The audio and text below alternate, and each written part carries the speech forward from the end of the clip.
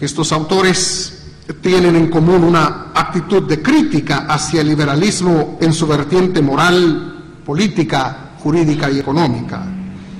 Es parte esencial de sus opiniones la creencia de que el poder público decantado por el liberalismo, el entramado jurídico promovido en aras de defender la libertad individual y el mercado orientado por fines personales, no han sido capaces de lograr cohesión en la vida social. No han facilitado el compromiso que cada hombre debe tener para con el resto de seres humanos con quienes comparte tiempo, cultura y geografía. No está de más decir que las tres obras citadas brevemente hacían eco a la conferencia dictada por Thomas Humphrey Marshall en 1949, titulada Ciudadanía y Clase Social, convertida posteriormente en libro. El argumento de Marshall, profesor de la London School of Economics, era que el sistema de clases promovido por el liberalismo había facilitado el desarrollo de los elementos civiles y políticos de la ciudadanía, pero había fracasado en la construcción del aspecto social, entendido como la participación igualitaria en la riqueza y en el bienestar. De acuerdo a esas opiniones, hemos reducido las relaciones humanas a contratos de los que solo importa la obtención de beneficios y hemos pasado por alto que la sociedad ha de ser un reino de fines. Nos hemos vuelto extremadamente egoístas e insensibles hacia la vida en común. De tanto enfatizar lo privado, hemos obligado a que lo público haya casi desaparecido. El mensaje que se teje es que ha llegado la hora de que el horripilante gusano egoísta se convierta en una hermosa mariposa de colores solidarios. Como todos sabemos, el concepto de ciudadano tiene una reconocida historia en el pensamiento político y social de Occidente, historia que no pretendo revisar aquí minuciosamente. Únicamente deseo recordar que fue en Grecia que el término apareció relacionado entonces con la unidad política fundamental que era la ciudad. Para Aristóteles el término dio incluso lugar a una definición antropológica, el zoon politikon, el ser que no puede sino desarrollar su vida como ciudadano, es decir, como integrante de la ciudad. La definición arranca a los organismos humanos de la naturaleza y los inserta en una red de relaciones en las que la justicia, la vida buena y la felicidad constituyen el horizonte. Eso en franca oposición con los grupos nómadas, tribales, carentes de un sistema jurídico, de un gobierno y sobre todo ajenos a la distinción entre la esfera privada y la pública. Por supuesto, hay que reconocer el carácter de privilegio que este concepto tuvo, pues en él no entraban mujeres, metecos ni esclavos.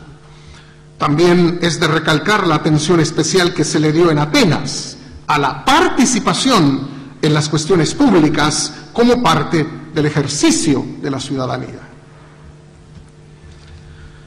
Los romanos también conocieron y ampliaron la idea de ciudadanía. Debemos a la mentalidad latina el haberle dado al concepto una significación jurídica. La ciudadanía romana consistía en un cúmulo de derechos que han de ser protegidos y defendidos independientemente de la idiosincrasia del pueblo al que se pertenezca.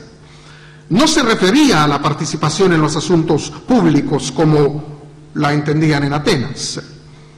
Gracias a la Roma republicana, la ciudadanía adquirió visos universales, condición que, insisto, no tenía en el cerrado espacio de la ciudad-estado griega. A lo largo del período medieval, la idea clásica de ciudadanía se mantuvo, a pesar del concepto sostenido por algunos autores cristianos que la consideraron más bien como una pertenencia orgánica al cuerpo político. Pero esto último no dejó de traer secuelas que acabarían transformando el concepto. Me refiero al desarrollo de la idea de soberanía que se produjo en la Baja Edad Media. En la discusión, autores como Santo Tomás de Aquino tomaron partido por la denominada teoría ascendente de la soberanía, que aseguraba que el pueblo pierde su carácter de soberano al darse a sí mismo un gobernante.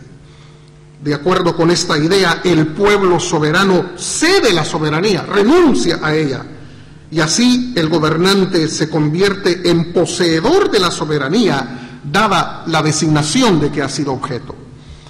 Esta calidad soberana del gobernante fue comparada con el gobierno de Dios sobre el mundo y justificada a partir de dicho parangón.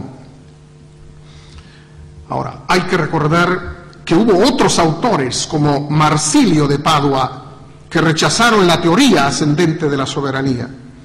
Se inclinaron más bien por una teoría descendente de la soberanía, es decir, una teoría en la que el pueblo no cede su calidad y carácter de soberano. Teoría en la cual toda jurisdicción es un mandato dado por el pueblo e igualmente revocable por él. Para Marsilio y otros como él, la soberanía como característica propia del pueblo hace que éste sea el verdadero legislador. Es el pueblo el que crea el derecho gracias a la costumbre. Pero al final resultó imponiéndose la teoría ascendente de la soberanía, en parte porque a la Iglesia le convenía y en parte porque convenía a quienes en el poder se identificaban también con la Iglesia. Tras la hegemonía de la teoría ascendente, Marsilio mismo tomó el camino del exilio por encontrarse en grave peligro su misma vida. Por lo anterior, resultó fácil que a nivel teórico Thomas Hobbes, Jean Bodin y Maquiavelo se dieran a la tarea de justificar el poder del gobernante, reduciendo a los seres humanos a súbditos, obedientes y sumisos.